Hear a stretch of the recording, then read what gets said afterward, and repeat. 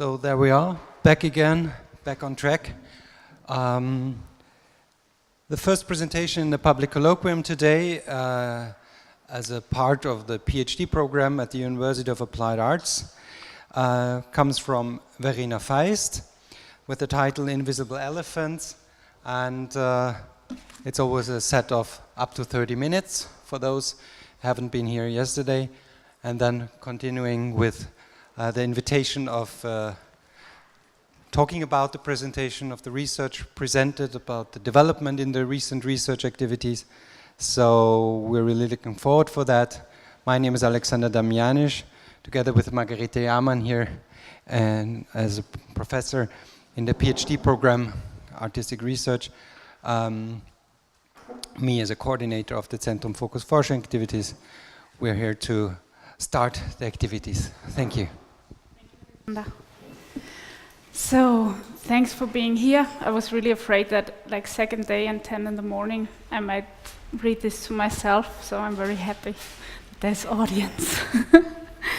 Okay, so I produce in film work in collective processes within the mostly rather involuntary and heterogeneous constellations of school classes. And I do not give any given scripts or themes, but mostly we first produce a collective soundtrack, like an experimental audio drama, and then from this we produce the imagery that is triggered by the sound. This is like the basic thing, and if you haven't seen it yet, there's a video installation downstairs where I'm showing 4 of these films, and if you haven't seen it yet, I would dearly invite you to take a look and take a listen in particular afterwards, after this presentation. So I guess I will not take the whole 30 minutes for my text here, so maybe the break will be a bit longer afterwards, and you can take your time then. But so for now, trying to enable open creative processes and enabling everybody's involvement within such particular constellations, I do meet them a lot. Invisible elephants.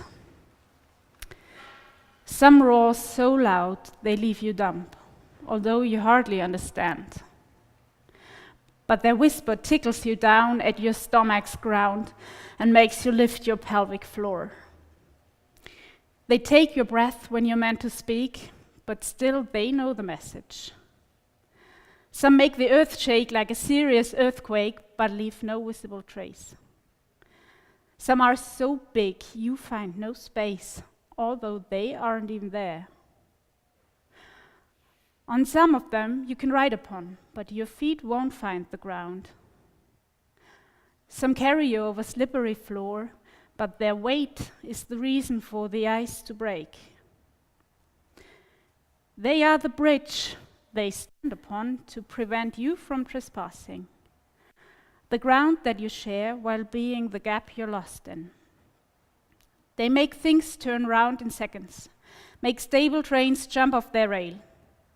Some of them inspire, some really hurt, some push, some pull, some hypnotize, some set in motion, some immobilize. I do not want to push them on stage.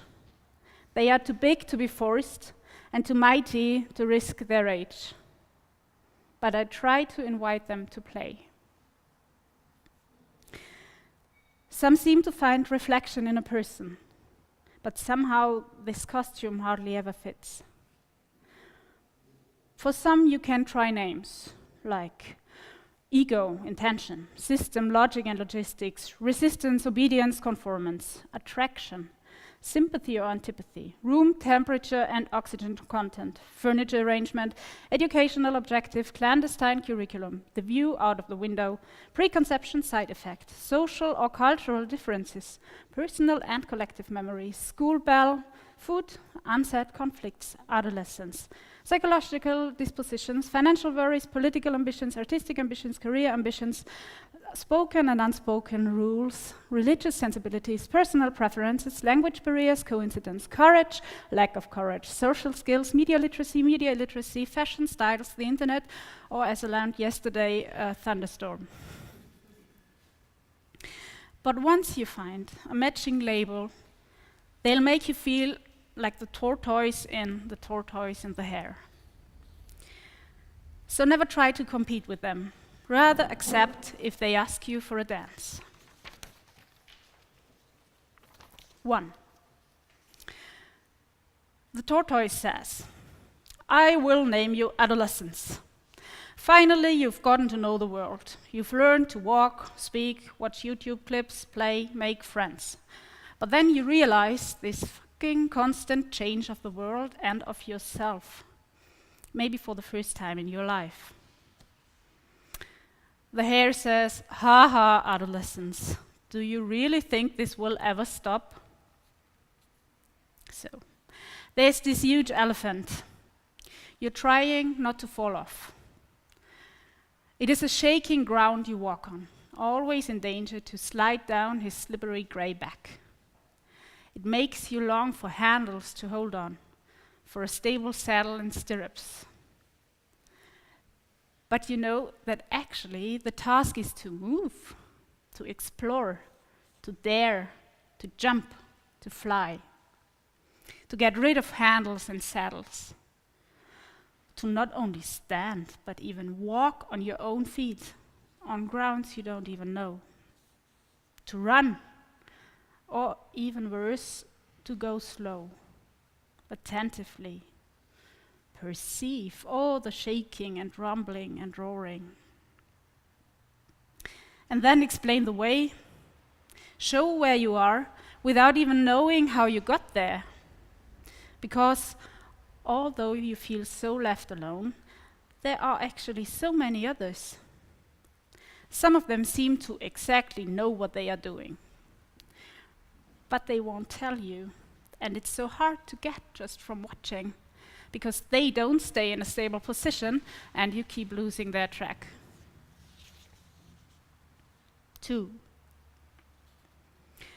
The tortoise says, okay, it's about patterns, media images, viewing expectations, pressure to perform. The hare says, oh well, don't you ever blame the system. Now, all around in this shaking, blurry world, there are stable cages. These cages seemingly do not float and shake. You can sit inside, lock up the door, and get carried away by a big elephant who knows the way. The only thing you've got to do is to take care that you don't slip through the cage's grid and fall out. But these cages are tricky. They make you shrink. And once you're so small, you either can't help to fall out because you can't reach the grid anymore, or you melt into the grid itself. 3.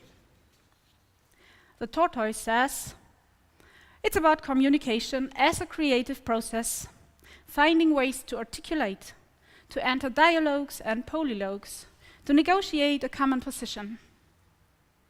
The hare says, you know, tortoise, perception itself is already a creative process, so there is nothing to hold on. But what can you do?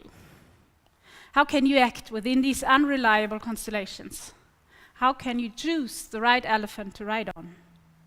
You need to find ways to connect, to spin threads that make you reach each other.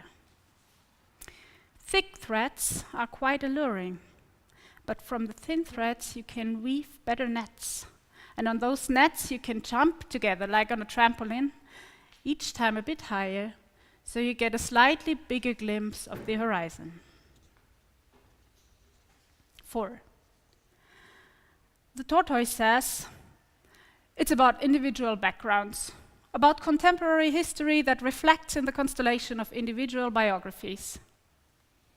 The hare says, But how can you compare a war refugee's destiny with the exam stress before some test in math? Bless you. So, while jumping together, there might come up huge, really huge elephants that darken the sun and mask the horizon. Elephants that you don't know, but they are following somebody you're jumping with wherever he or she goes. These elephants can be intimidating, sad, frightening. They make you want to close your eyes to make them disappear. But they become manifest on the inner side of your eyelids. They tell stories that have never been your story, but suddenly they take up all your space. They breathe up all your oxygen. They are impossible to pass. They smash the herd of tiny elephants that had been following you faithfully.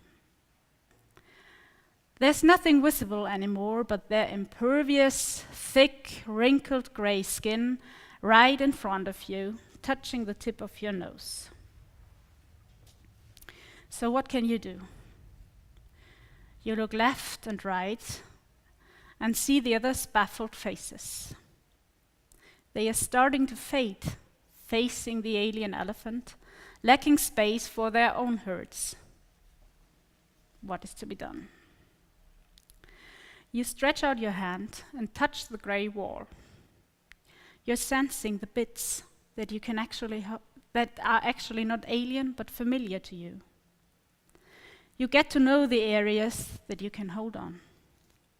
You meet your own elephants within the wrinkles of the big one, and all together you start to climb up.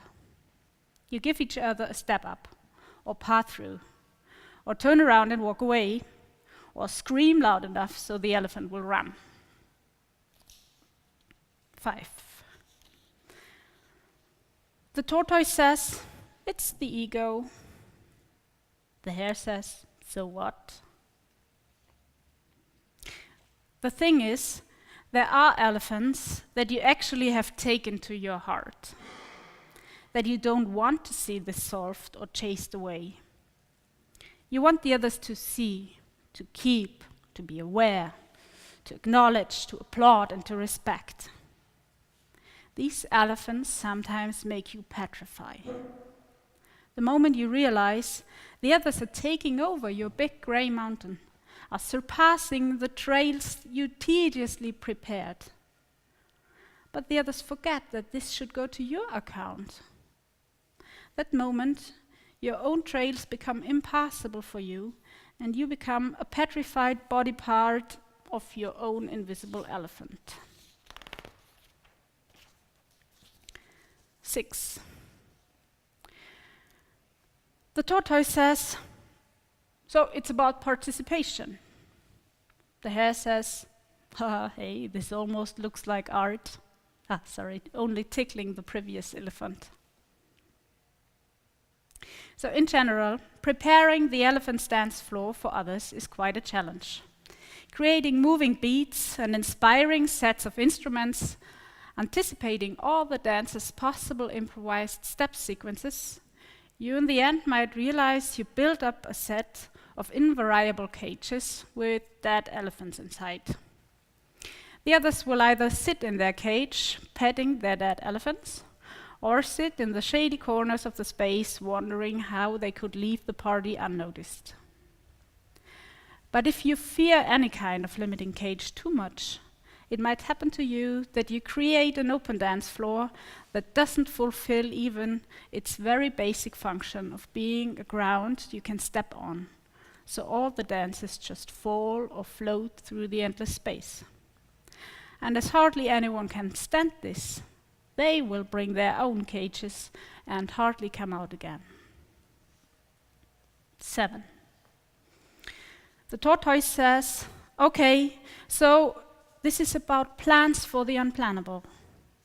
The hare says, "Stop wasting my time, we're off." So it really needs courage to dance with the elephants you don't see and speak to them in languages you have never spoken before. But why anyhow bother, and not just ignore those giant mimosas?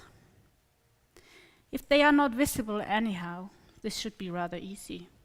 Just hold on to things you can see, touch, rate, and evaluate. But have you ever tried to ignore an elephant that wants you dearly to give him a piggyback? Then you should know why this is not an option. It's not easy to make them walk side by side with you, or even carry you where you want to go. But if it works out, you will get to places where you will encounter at least glimpses of the idea, what it means to connect your brain and heart with another one's, and what unthought of power can be released and made prolific that way. I do hope the films that we produce give an idea of those powerful places we have reached together, and I do hope you might take a look and, get this idea. Thank you.